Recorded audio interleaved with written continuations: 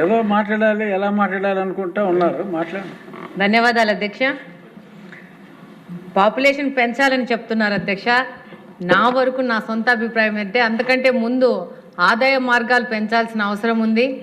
పిల్లలు కనడం కాదు, వాళ్ళని సాకడము, వాళ్ళకి చదువు చెప్పించడము, దాంతోపాటు వాళ్ళని మంచి పొజిషన్లో సెటిల్ చేయడం అనేది చాలా ఇంపార్టెంట్ అధ్యక్ష. కాబట్టి మౌలికంగా ఈ యొక్క సదుపాయాలు మనం క్రియేట్ చేసుకోవాల్సిన అవసరం ఉంది. ఇందాక మాధవి గారు చెప్పినట్టు పిల్లల్ని చాకడం అంటే చాలా కష్టం. ఇప్పుడున్న పరిస్థితుల్లో వాళ్ళ చదువులు కానీ వాళ్ళ ఎక్స్ట్రా కరికులర్ యాక్టివిటీస్ కానీ ప్రతి ఒక్కటి చేయాలి అంటే చాలా కష్టం అయిపోతుంది.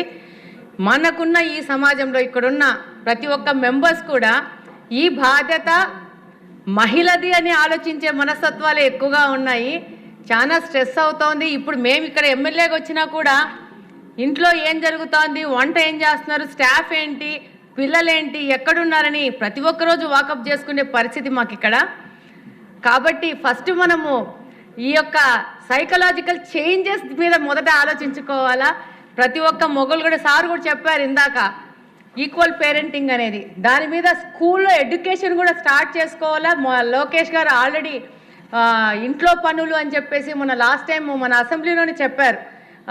జనరల్గా ఇంతకుముందు ఇంట్లో పనులు అంటే ఆడోళ్ళ బొమ్మలు పెట్టేవాళ్ళు, ఇప్పుడు ఆ బొమ్మలు మార్చి మొగోళ్ళకు ఆడోళ్ళకి ఇంటి పనుల మీద సబ్జెక్ట్ ఇంట్రడ్యూస్ చేస్తున్నామని చెప్పారు.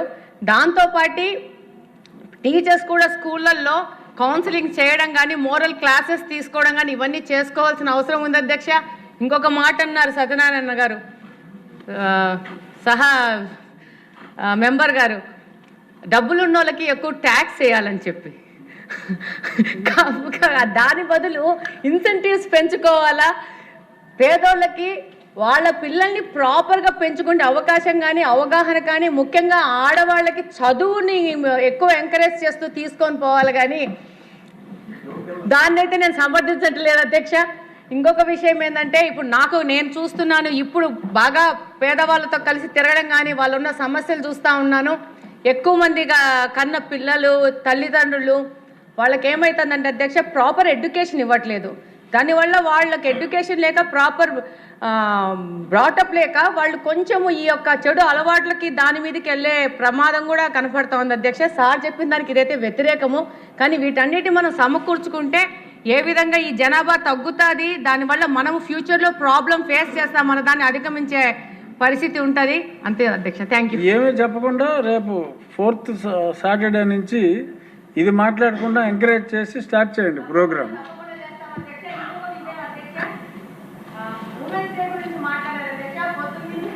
మహిళలంతా ఒక ఇష్యూ మీద మాట్లాడుతున్నాం అధ్యక్ష. ఉమెన్స్ డే అన్నారు, ఉమెన్స్ డేకి వెళ్ళి ఉమెన్స్ అంతా వెళ్ళేసి మహిళలతో కూర్చొని సంబరాలు చేసుకోవాలో, ఉమెన్స్ డే సెలబ్రేట్ చేసుకోవాలో అని చెప్తున్నారు అధ్యక్ష. కానీ మేము మా ఉమెన్స్ రూమ్లో మాట్లాడుతూ ఉన్నాము, ఉమెన్స్ డే అనేది మగోళ్ళు మహిళా దినోత్సవం సెలబ్రేట్ చేయాలని మా వైపు నుంచి విన్నది అధ్యక్ష. మా బర్త్డే జరిగితే మేమే కేక్ తెచ్చుకొని కోసుకోం కదా అధ్యక్ష, మాకు మీరు సెలబ్రేట్ చేయాలా ఉమెన్స్ డే అనేది అని చెప్పి సందర్భంగా తెలియజేసుకుంటున్నాను అధ్యక్ష. థ్యాంక్ యూ అధ్యక్ష. అందరూ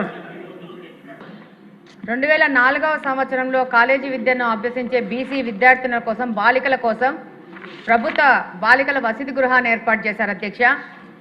ఈ భవనానికి 20 సంవత్సరాలుగా స్వంత భవనాలు లేవు అధ్యక్ష.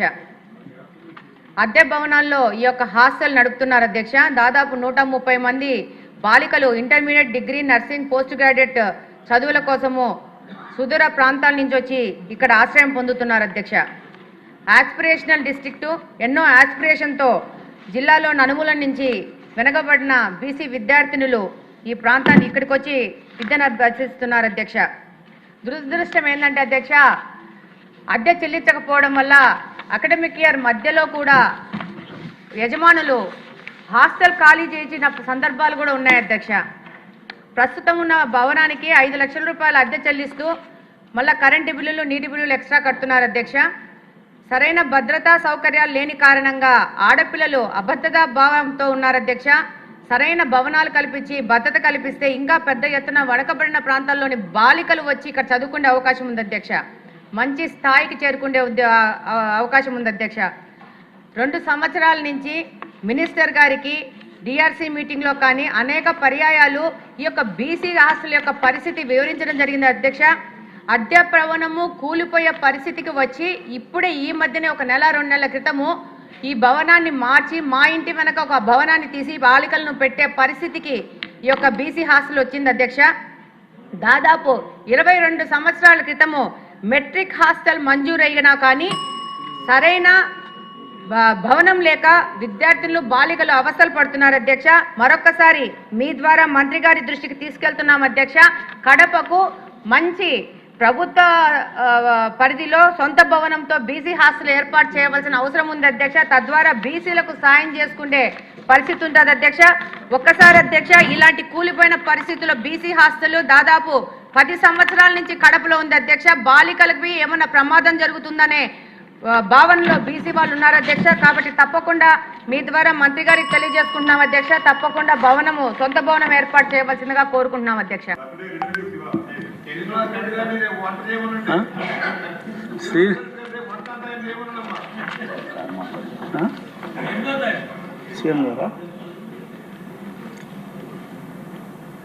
గౌరవ ముఖ్యమంత్రి గారు తమరు మాట్లాడు. అమ్మో వద్దు సార్, ఆయన ఆపడు సార్, వినో మాట్లాడు. అక్కడ రవికుమార్ గారు మాట్లాడుతాను. Very brief sir.